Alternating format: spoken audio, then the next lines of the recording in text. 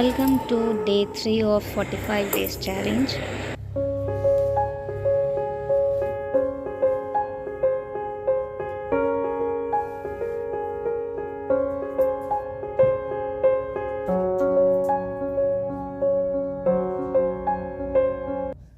आज थोड़ा सा लेट हो गया उठने में, लेकिन एक्चुअली कल रात को 12 बज गया था, 12 साढ़े 12 बज गया था। 11 बजे बेड पे गई और नींद आया है 12 साढ़े 12 बजे, तो थोड़ा सा लेट हुआ है, ज़्यादा नहीं। तो चलते अपना रिवीजन करने पहला सेशन, जो कि मैं कल जो मॉक प्रैक्टिस की थी उसका एनालाइज नहीं की थी, तो फिर उसका रिवीजन करूँगी, देन अपना दूसरा सेशन लगाऊँगी। So let's go.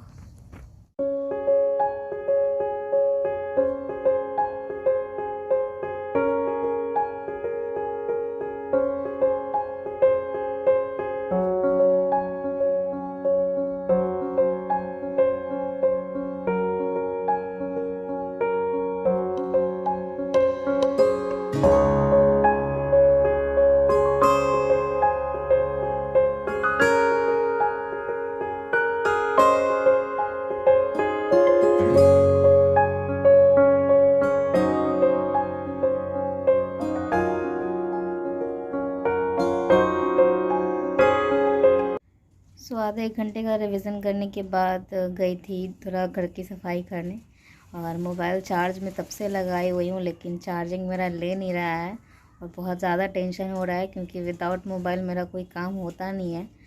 पढ़ना भी मोबाइल से ही है, फिर जो व्लॉगिंग भी करती हूँ तो मोबाइल से ही करती हूँ। चार्जिंग बिल्कुल नहीं ले रहा है, 40% है और 6 बजे से लगाई हुई हूँ और टाइम अभी हो रहा है साढ़े 8 होने वाला है, तो समझ नहीं आ रहा है क्या होगा। चलते हैं अभी एक्सरसाइज करने, क्योंकि बाकी एक्सरसाइज करते हैं, उसके बाद फिर आगे का शेड्यूल आगे बढ़ाएंगे।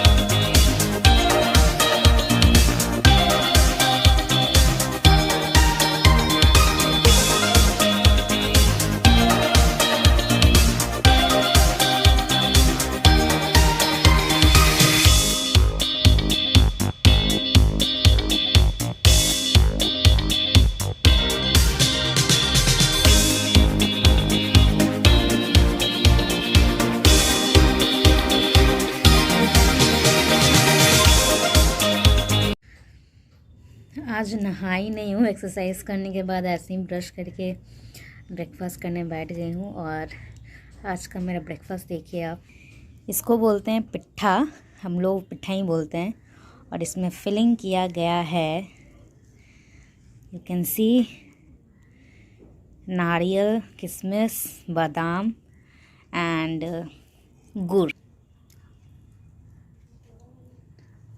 It's very yummy. अभी मुझे पढ़ना है ज्योग्राफी। आज ज्योग्राफी का टेस्ट देना है, ये टेस्ट 3 है, टेस्ट 2 पॉलिटी का था और आज देना है ज्योग्राफी। लेट्स सी जितना पढ़ी हूँ कितना सही होता है कितना गलत। ज़्यादा कॉन्फिडेंस तो नहीं आ रहा है, बट फिर भी दे रही हूँ, फिर उसका जो भी गलत होगा उसका शॉर्ट नोट्स बनाऊँगी। So let's go.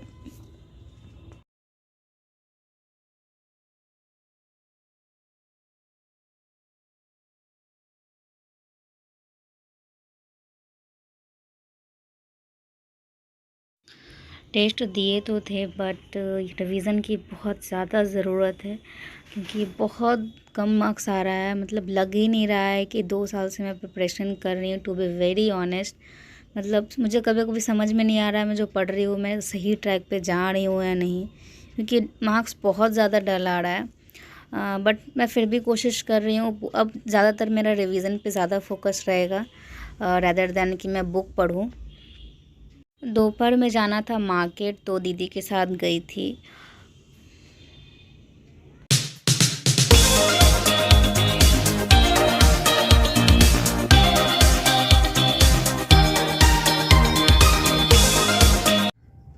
आज का दिन बहुत ज़्यादा ख़राब गया है, क्योंकि पढ़ाई बहुत कम हुई है। सुबह में बैठी थी पढ़ने के लिए, फिर 3 घंटे मतलब ज्योग्राफी पढ़ी, फिर 2 घंटे का जो मॉक प्रैक्टिस की।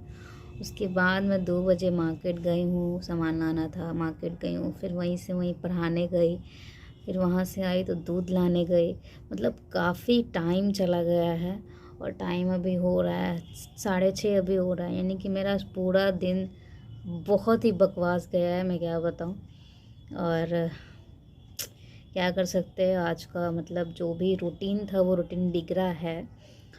लेकिन ज्योग्राफी का जो टेस्ट दी थी उसका अभी एनालाइज करूँगी और करंट अफेयर पढ़ के ही सोऊंगी, जो भी हो जाए।